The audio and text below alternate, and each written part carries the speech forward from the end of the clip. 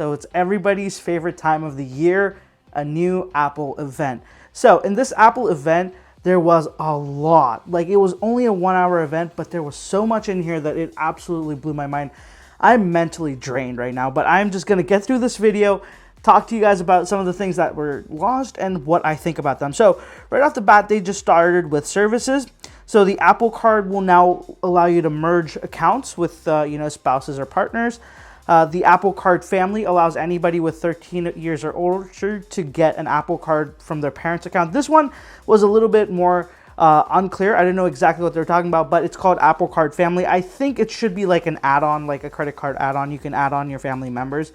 Then they had podcast subscriptions where podcast creators can take advantage of that, ad-free, all that wonderful stuff. And it will be launched in 170 countries. And something that I think nobody saw coming, a new iPhone color. So the iPhone 12 will now be available in purple, exactly like the iPhone 11's purple, and I'm so happy. I love that color. I wish it was available at launch, but I'm glad it's here, and I'm glad that maybe in the future I'll be able to pick one up. So moving on, they hit on AirTags. So AirTags have been rumored for years, I feel like now, but they finally showed them.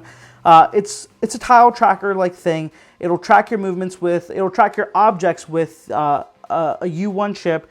It's nice, it's small, it's like a little coin, but it doesn't have any holders or anything. You're gonna have to buy accessories for them, which are gonna be obviously expensive. They're Apple, but I'm sure you can get third-party ones. They use the Find My app on your phone. You can personalize them with emojis and stuff, and it uses, as I said, the U1 chip. And the U1 chip allows for precision finding, so it'll basically give you directions. So it'll say walk straight for 40 feet or take a right. Now, like, it'll give you very step-by-step directions with haptic feedback and everything like that. One costs $29, and you can get a 4-pack for $100. So honestly, reasonably priced. I did not expect, I really thought they were gonna price this at $50. $29 is a pretty decent price. It is IP67 rated, and that's fantastic. I think that overall, great thing.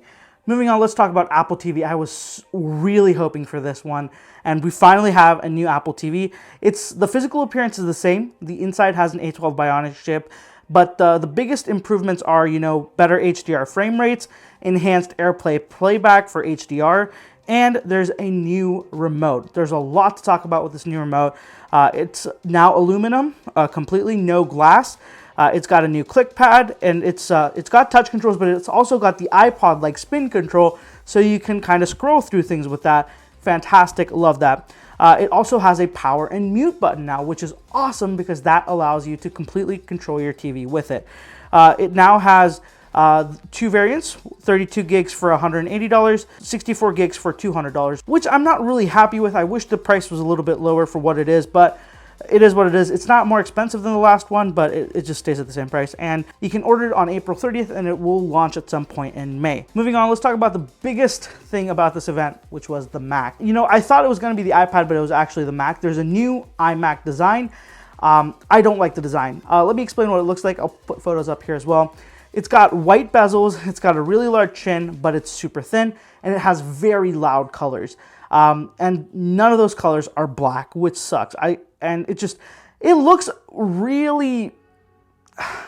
funky. It looks too out there. I'm not into that. I'm sure there's some people who will love it, but the design, I'm not a big fan of.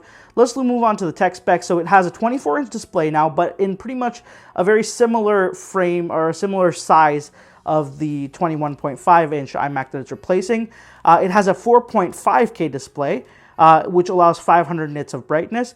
It's got a 1080p camera now, which is improved for video calls. It has a 3-mic array. It has improved speakers with spatial audio, and they're claiming it's the best sound system on a Mac. And I believe them. The iMac had wonderful speakers, even the 21.5-inch when I had the 2013 iMac. Fantastic speakers, and I trust them when they say it's going to be the best sound system in a Mac. There's color-matched keyboards and mouse now, which is awesome, and the power cable. There's 4 USB-Cs on the top models, 2 USB-Cs on the base model. I really don't like that. They should have 4 regardless. It's a desktop computer. We need a lot of ports. That being said, the power adapter is now magnetic. It's not like the push-in type, but it also comes with a setback of where the power brick is there's a power brick now. If you remember iMacs, it was just one cord. You plugged it into the wall. You plugged that cable right into the iMac. Now there's a little brick like there is with your laptop. So that sucks. I'm not a fan of that. And there's a color matching trackpad added as well. And I think the most surprising thing here was that there were 7 colors. There's a lot of color options here. The pricing is $1,300, $1,500, and then there's an even more expensive model, but they have various specs. I'm not going to run through all of them, but the $1,300 model it's not as good as of a deal as you'd think. They all have the M1 chips, not M1X or no upgrade, so it's just the same M1 that you'll find on a Mac Mini, which sells for $700. You can order these on April 30th, and they ship in the second half of May is what they said. And finally, let's talk about the iPad Pros, which I think we're the most look forward to for this event. The iPad Pro now has the M1 chip, which is just crazy. Everything has the M1. It feels like Apple's just like, you have the M1, you can have the M1. Put M1 everything, just like anything and everything that moves in the Apple building gets an M1 chip. So it's 50% faster than the last iPad Pro. Makes sense, M1 chip. And this is the 2020 iPad. So last year's iPad to now, 50% faster. It's crazy. There's a now 2 terabyte option, which is insane. And if you get the 1 terabyte or 2 terabyte storage option, you also get 16 gigs of RAM instead of 8, which is, again, mind-blowing. What? There's 5G as well.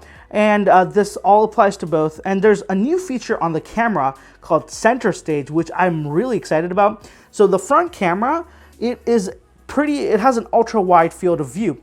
So what it'll do is it'll actually, when you're on video calls, it will track where you are, and the camera will shift focus to where you are in the frame so that you're always centered on a video call, and that's fantastic. Like, I use my iPad to talk to my family, and a lot of times I'll do that while I'm in the kitchen, while I'm cooking, while I'm doing something. So the iPad's just sitting there and I'm moving around. So it'll be awesome to just have somebody, have the camera move focus and just show exactly where I'm centered. That's really cool. So for the 12.9-inch iPad Pro, there was a few more upgrades, namely a better display. So now it has a Liquid Retina XDR display powered by mini LEDs. It's got 1,000 nits of brightness and 1,600 nits of peak brightness with the same 1,000,000 to 1 contrast ratio that the Pro Display XDR has, which is insane. That's crazy. And it's amazing. I just really wish this was available on the 11-inch iPad as well. This is a 12.9-inch only. The 11-inch has the same display as the previous model, so that's a little bit disappointing. And moving on, let's talk about the accessories. There is a new new Magic Keyboard in white, but the new iPad Pros will still work with the current Magic Keyboard. So if you have one and you're looking to upgrade, you'll be good to go. The 11-inch iPad remains at the same price point of $799. The 12.9-inch gets more expensive at $1099. This will be same April 30th. You can pre-order, available in the second half of May. And let me give you my thoughts on this real quick. And I'm so sorry for all the messages. It's just crazy right now. The real thing about the iPad Pro that's getting me is that you buy an $1,100 iPad. It has the M1 chip. It's got a fantastic display, all that, but you still don't have a keyboard. You buy the trackpad and keyboard, and there you are at almost $1,400 for a 12.9-inch iPad that has a keyboard, a trackpad. At $1,400, why wouldn't you just buy a MacBook Pro that has the same M1 chip, and you can just, there's a better battery, everything. There's a more larger trackpad, better keyboard. It's weird to me to think about that. Like, why would you get an iPad Pro when you could get a MacBook Pro if you're going to be using this for some very serious productivity? I mean, sure, you can detach the iPad and take it along, and the touchscreen is very valuable for some people, but at $1,100 base, it just seems like a very bitter pill to swallow, when if you were just looking for the touchscreen interface with the Apple Pencil, you could get that on the $600 iPad Air as well. So I don't know where exactly these sit and who's going to be the prospective buyers for each of these. The 11-inch I still think is a great deal. I just wish it had the mini LED.